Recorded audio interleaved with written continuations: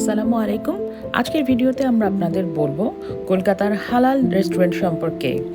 হালাল রেস্টুরেন্টের জন্য সবচেয়ে ভালো জায়গা হচ্ছে মার্কুইস স্ট্রিট বা নিউ মার্কেটের কাছের দোকান। এখানে আপনারা পাবেন বিভিন্ন ধরনের হালাল রেস্টুরেন্ট। প্রথমে আসছে আরাফাত রেস্টুরেন্ট। এখানে সুস্বাদু নাস্তা সহ সব ধরনের খাবার পাওয়া যায়। সেই তুলনায় দাম অবশ্যই বাজেটের মধ্যে এবং স্বাদ চমৎকার।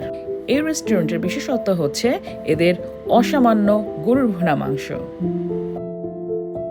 মার্কুইস স্ট্রিটের আরেকটি হালাল দোকান হচ্ছে আব্দুল খালেক অ্যান্ড সন্স।